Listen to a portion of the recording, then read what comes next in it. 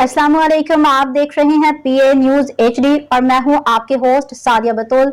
शामिल करते हैं आज की अहम खबरें। गजा पर इसराइल की वहशियाना बमबारी, बच्चों और खवातीन समेत 105 फलस्तीनी शहीद जबकि दर्जनों जख्मी हो गए। अरब मीडिया के मुताबिक क्लिनिक पर इसराइली हमले में कम सिन बच्ची समेत 6 फलस्तीनी शहीद हुए।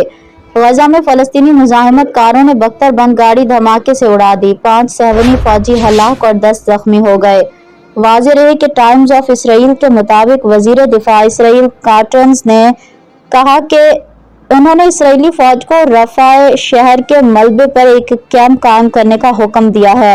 उन्होंने इस कैंप को इंसानी हमदर्दी का शहर कहा है। काटन्स ने इसराइली सहाफ़ियों को ब्रीफिंग में बताया कि फ़लस्तीनियों को कैंप में दाखिल होने से पहले सिक्योरिटी स्क्रीनिंग से गुजरना होगा और एक बार अंदर जाने के बाद उन्हें कैंप से बाहर निकलने की इजाज़त नहीं दी जाएगी। इसराइली फोर्सेज इस जगह के इर्द गिर्द कंट्रोल संभालेंगी और इब्तदाई तौर पर तकरीबन 6 लाख फलस्तीनियों को इस इलाके में मुंतकिल किया जाएगा, जिनमें ज्यादातर वो लोग होंगे जो इस वक्त अल-मवासी के इलाके में बेघर हैं।